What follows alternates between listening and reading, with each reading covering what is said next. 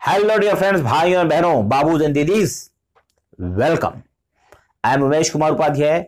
Now are watching your own channel Masters Academy for economics. Today we will discuss about the basic conversion of the national income. For example, domestic income into national income, gross into net, and factor cost into market price. So let's begin.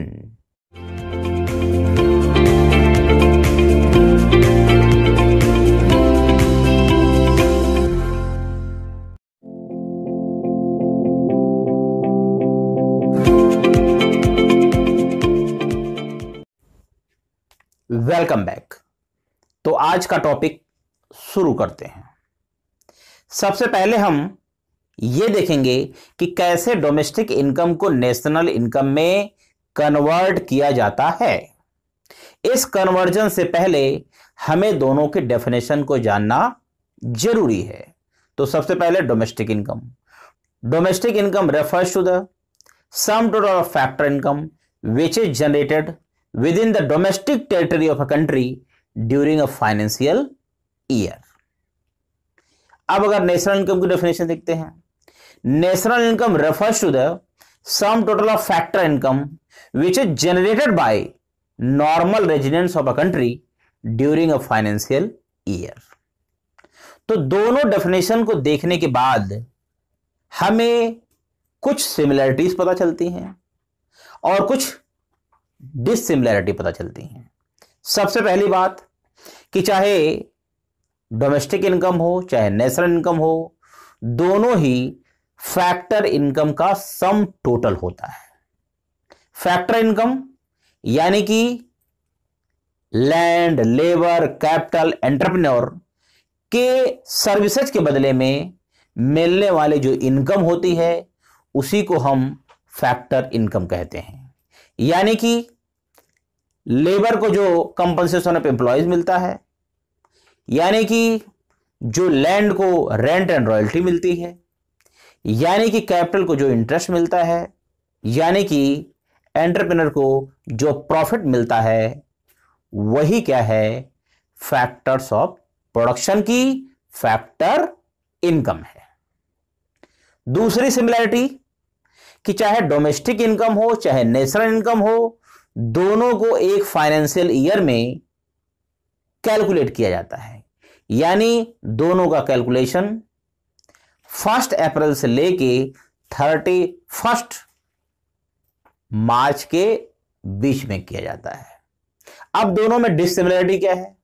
दोनों में एक ही dissimilarity है कि domestic income वो factor income है जो domestic territory के अंदर जनरेट की जाती है, जबकि नेशनल इनकम वो फैक्टर इनकम है जिसे नॉर्मल रेजिडेंट जनरेट करते हैं।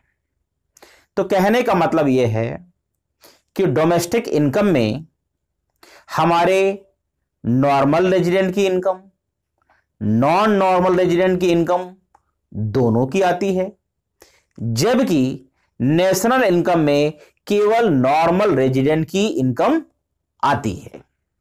देखिए स्लाइड में दिया हुआ है डोमेस्टिक इनकम। डोमेस्टिक इनकम में किसकी फैक्टर इनकम दिया हुआ है? पहला, जो डोमेस्टिक टेरिटरी में रहने वाले रेजिडेंट्स हैं, नॉर्मल रेजिडेंट्स हैं, उनकी factor income, plus domestic territory में रहने वाले जो नॉन नॉर्मल रेजिडेंट हैं उनकी फैक्टर इनकम। कहने का मतलब यह है कि डोमेस्टिक टेरिटरी में चाहे नॉर्मल रेजिडेंट रहे चाहे नॉन नॉर्मल रेजिडेंट रहे, दोनों के द्वारा जनरेट की गई इनकम को हम डोमेस्टिक इनकम में इंक्लूड करते हैं। उसी के साथ साथ आप देख सकते हैं नेशनल इनकम। नेशनल इनकम में देखो क्या है, केवल नॉर्मल रेजिडेंट की फैक्टर इनकम को इंक्लूड किया गया है, चाहे वो नॉर्मल रेजिडेंट डोमेस्टिक टेरिटरी के अंदर रहता हो चाहे एब्रॉड रहता हो। कहने का मतलब है कि नेशनल इनकम में नॉर्मल रेजिडेंट जो हमारे डोमेस्टिक टेरिटरी में रहता है उसकी इनकम को जोड़ा जाता है, साथ ही साथ जो हमारे नॉर्मल रेजिडेंट अब्रॉड रहते हैं, विदेश रहते हैं, उनकी इनकम को भी जोड़ा जाता है। इस तरह से यह भी हम कह सकते हैं कि national income is equal to domestic income plus net factor income from abroad. कहने का मतलब है कि जब हम डोमेस्टिक इनकम यानी हमारे कंट्री में रहने वाले नॉन नॉर्मल रेजिडेंट और नॉर्मल रेजिडेंट की इनकम में से हम नॉन नॉर्मल रेजिडेंट की इनकम को माइनस कर देंगे और हमारे जो नॉर्मल रेजिडेंट अब्रॉड में काम कर रहे हैं, विदेश में काम कर रहे हैं, उनकी इनकम को जब हम अपने में ऐड कर लेंगे तो डोमेस्टिक इनकम हमारी कन्वर्ट होके हो जाएगी नेशनल इनकम। अब हम ये देखते हैं कि net factor income from abroad से क्या मतलब है। Net factor income from abroad refers to the difference between factor income from abroad and factor income paid to abroad. इसको और अच्छी तरह से एक्सप्लेन करने के लिए एक हमारे पास स्लाइड है। जैसे एक एग्जांपल दिया गया है कि इंडिया में एक यूके की हाई कमीशन दिल्ली में स्टैब्लिश्ड है। उस हाई कमीशन में, जो कि इंग्लैंड के यानी यूनाइटेड किंगडम के डोमेस्टिक टेरिटरी में आता है, उसमें इंडियन सिक्योरिटी गार्ड लगे हैं। तो इंडियन सिक्योरिटी गार्ड जो दिन में जाते हैं, यूके हाई कमीशन में काम करते हैं, शाम को अपने घर चले जाते हैं। हमने नॉर्मल रेजिडेंट के बारे में पढ़ते समय यह क्लियर किया है कि ऐसे सिक्योरिटी गार्ड हमेशा इंडियन नॉर्मल रेजिडेंट रहेंगे। तो जब ये security guard UK high commission में काम करते हैं तो उनकी फैक्टर इनकम को जब भी हम ऐड करेंगे अपने नेशनल इनकम में, तो हम उनको ऐड करेंगे फैक्टर इनकम फ्रॉम अब्रॉड के रूप में।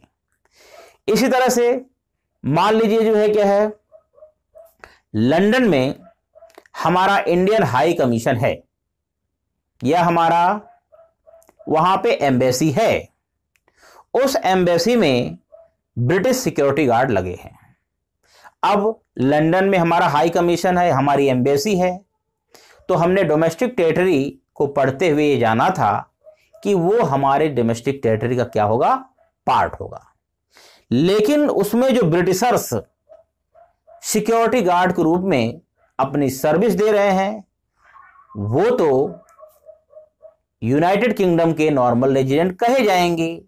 तो जब हम अपनी नेशनल इनकम का कैलकुलेशन करेंगे तो उनकी इनकम को factor income to rest of the world के रूप में उनको अलग कर देंगे। बाद में यूनाइटेड किंगडम वाले उसको अपने नेशनल इनकम में शामिल कर लेंगे।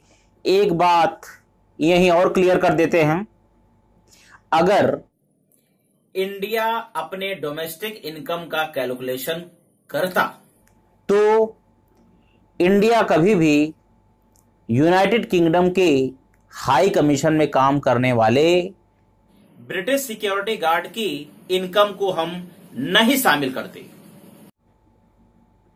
केवल हमारे डोमेस्टिक टेरिटरी में, चाहे वो हमारे नॉर्मल रेजिडेंट हो चाहे नॉन नॉर्मल रेजिडेंट हो, उन्हीं की इनकम को डोमेस्टिक इनकम में इंक्लूड करता, लेकिन इस सिक्योरिटी गार्ड की इनकम को शामिल नहीं करता।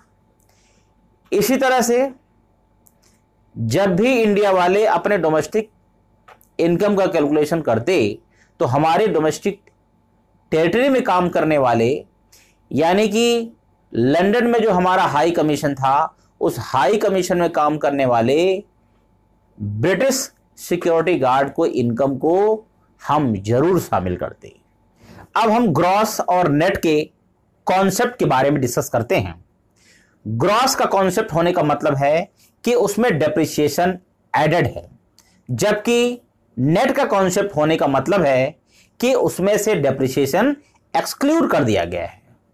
दरअसल डेप्रिसिएशन होता क्या है, मशीनों की वैल्यू जब नॉर्मल वियर एंड टियर की वजह से या फिर एक्सपेक्टेड ऑब्सोलेसेंस की वजह से वैल्यू गिर जाती है तो उसी को हम कहते हैं डेप्रिसिएशन। डेप्रिसिएशन का टॉपिक हमने अपने पहले की वीडियो में डिस्कस कर दिया है। अगर आपको डिटेल में जानना हो तो डिस्क्रिप्शन बॉक्स में लिंक दिया हुआ है, वहां पे जाके आप देख सकते हैं। तो देखिए, अब इसी को एक स्लाइड की सहायता से हम देखते हैं। देखिए, आपके सामने एक स्लाइड है, उसमें लिखा हुआ है gross product includes depreciation. Depreciation लिखे दिया हुआ है normal wear and tear of plant और मशीनरी विद यूज, और किसके वजह से, फॉरसीन ऑब्सोलेंस की वजह से। इस डेप्रिसिएशन को हम रिप्लेसमेंट कॉस्ट या कंजम्पशन ऑफ फिक्स्ड कैपिटल भी कहते हैं। ग्रॉस प्रोडक्ट को कैसे कैलकुलेट करेंगे, जब भी हम नेट में डेप्रिसिएशन ऐड कर देते हैं तो वो ग्रॉस प्रोडक्ट बन जाता है। इसी तरह से जो नेट प्रोडक्ट होता है उसको कैलकुलेट करने का तरीका है कि जब ग्रॉस प्रोडक्ट में से हम माइनस डेप्रिसिएशन कर देते हैं तो उसी को हम कहते हैं नेट प्रोडक्ट। एक एग्जांपल दिया हुआ है, सपोज करिए कोई ग्रॉस प्रोडक्ट 200 है, डेप्रिसिएशन 50 है, तो नेट प्रोडक्ट कितना होगा, 200 माइनस 50 इज इक्वल टू 150। हम इतना देर से ग्रॉस प्रोडक्ट और नेट प्रोडक्ट की बात कर रहे हैं। ग्रॉस प्रोडक्ट आपका डोमेस्टिक इनकम में भी होता है, नेट प्रोडक्ट आपका डोमेस्टिक इनकम में भी होता है। इसी तरह से ग्रॉस और नेट प्रोडक्ट नेशनल इनकम में भी होते हैं। हम एक एग्जांपल लेते हैं ग्रॉस प्रोडक्ट का, एक एग्जांपल आपको बताते हैं नेशनल प्रोडक्ट का। तो जैसे जीडीपी, जैसे जीएनपी, ये डोमेस्टिक इनकम और नेशनल इनकम के प्रोडक्ट है। अब हम प्रोडक्ट एट फैक्टर कॉस्ट और प्रोडक्ट एट मार्केट प्राइस की बात करते हैं। देखिए, अगर इकोनॉमी में केवल 2 सेक्टर हैं, यानी कि household sector, producer sector, तो उस इकोनॉमी में product at factor cost is equal to product at market price. कहने का मतलब यह है कि उस समय फैक्टर कॉस्ट और मार्केट प्राइस में कोई डिफरेंस नहीं होगा। इस फैक्टर कॉस्ट और मार्केट प्राइस में डिफरेंस तब होता है जब हम इकोनॉमी में एक तीसरा सेक्टर गवर्नमेंट सेक्टर को ऐड कर लेते हैं।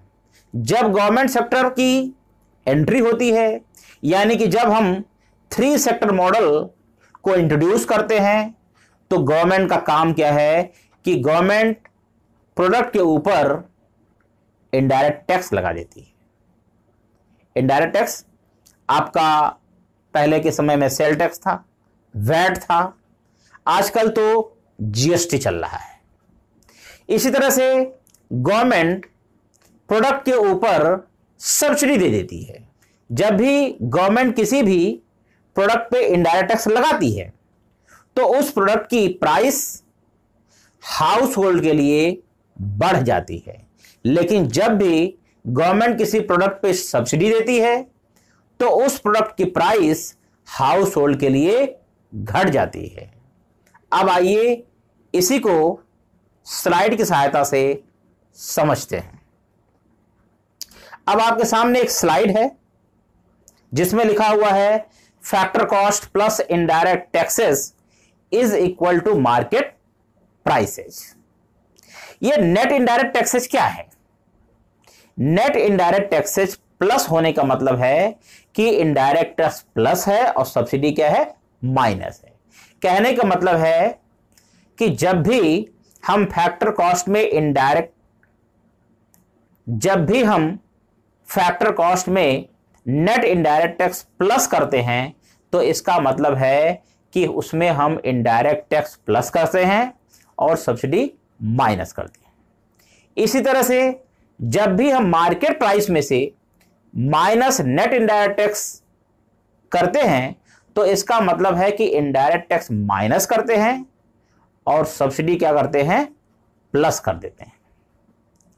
आप देखिए दिया हुआ है एक तरफ paid two factors of production, यानी कि factors of production land labour capital entrepreneur, ये हमारे हाउस होल्ड से कहां जाते हैं, प्रोड्यूसर सेक्टर के पास जाते हैं, वहां पे जाके प्रोडक्शन करते हैं। प्रोडक्शन करने के बाद बदले में अपनी फैक्टर इनकम लेते हैं। हाउस होल्ड जो फैक्टर इनकम पाता है उसको प्रोड्यूसर सेक्टर में प्रोड्यूस होने वाले डिफरेंट गुड्स के ऊपर स्पेंड करता है, खर्च करता है। गवर्नमेंट का काम क्या है, गवर्नमेंट को जब लगता है कि कोई प्रोडक्ट सोसाइटी के लिए बहुत इंपॉर्टेंट है तो गवर्नमेंट उस पर क्या करती है, उस पर इनडायरेक्ट टैक्स, तो गवर्नमेंट क्या करती है, उस पर सब्सिडी दे देती है, जिससे उस प्रोडक्ट की मार्केट वैल्यू कम हो जाती है। इसी तरह से गवर्नमेंट को जब कोई लगता है कि उसको रेवेन्यू चाहिए तो वो उस पर इनडायरेक्ट टैक्स लगा देती है, जिससे उसकी मार्केट की वैल्यू क्या हो जाती है, कम हो जाती है। लेकिन नॉर्मली हम ये मान के चलते हैं यहां पर कि हमेशा मार्केट प्राइस से जब भी, लेकिन यहां पर हमेशा ये हम मान के चलते हैं कि जब भी कोई प्रोडक्ट मार्केट प्राइस पे है तो इसका मतलब है कि फैक्टर प्राइस में इनडायरेक्ट टैक्स ऐड किया गया है और सब्सिडी माइनस किया गया है, तब जाके मार्केट प्राइस बनी हुई है। इसी तरह से जब भी हम मार्केट प्राइस से कोई भी प्रोडक्ट फैक्टर कॉस्ट के लिए कैलकुलेट करते हैं तो हम उसमें से इनडायरेक्ट टैक्स माइनस कर देते हैं और सब्सिडी क्या करते हैं, प्लस कर देते हैं।